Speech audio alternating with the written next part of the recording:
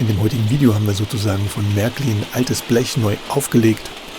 Es handelt sich hier um die Nachbauten der 1935 aufgelegten R700 von Märklin, die kleine Dampflokomotive und 3 Plattformwagen mit der Nummer 327. Diese wurden 1935 von Märklin aufgelegt und dieser Nachbau ist zwar neu aufgelegt, allerdings auch schon im Jahre 1985, das ist jetzt auch schon fast 40 Jahre her, aber im Verhältnis zur Erstauflage sind das halt noch 50 Jahre weniger.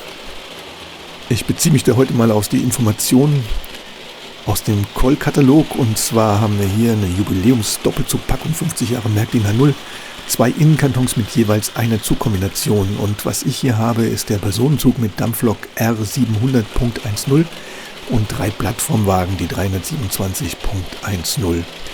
Die Nachbauten wurden weitgehend in alten Produktionstechniken gefertigt, so sind die Wagen aus lithografiertem geprägtem Blech gebaut, mit vernickelten Puffern, Kupplungen und Rädern.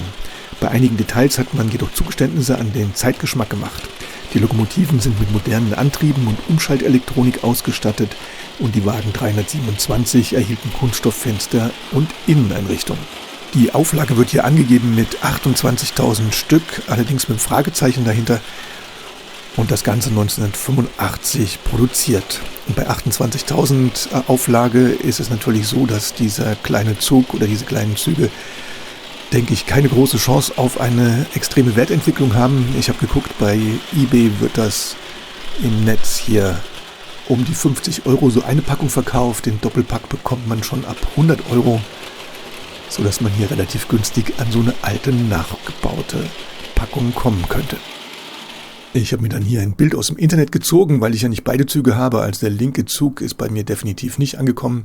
Es war bei der alten Anlage nur der rechte Zug dabei.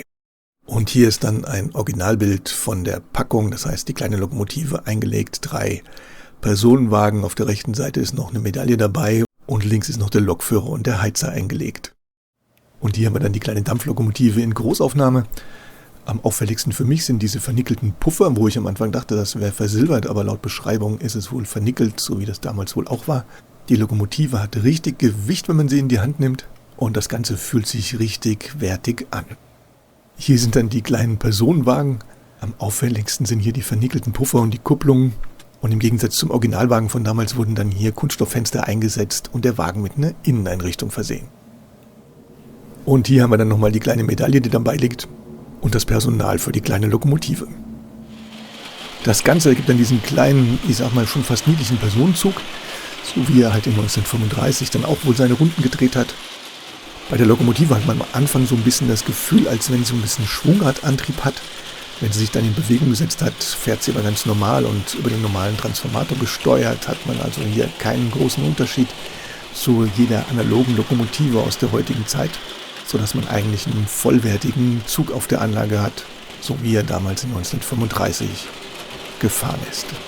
Das Ganze macht richtig Spaß und bei Gelegenheit werde ich gucken, ob ich vielleicht sogar den zweiten Teil davon bekomme, diese kleine E-Lokomotive mit dem Güterzug.